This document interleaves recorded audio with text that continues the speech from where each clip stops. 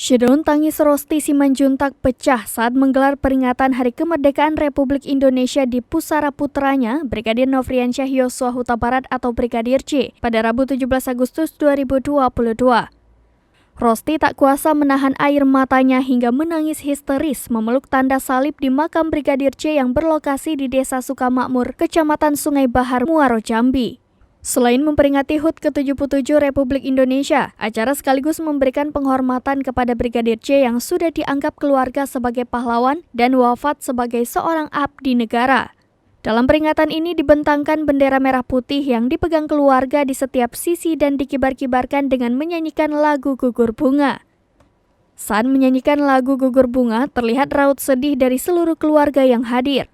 Setelah itu bendera merah putih dibentangkan dan dipasang di makam sebagai bentuk perjuangan anaknya selama ini. Selanjutnya keluarga berdoa untuk almarhum Brigadir J dan berharap kasusnya segera selesai.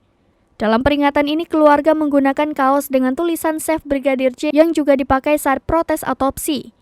Selain keluarga, turut hadir teman seperjuangan Ibu Brigadir J dari Kota Jambi.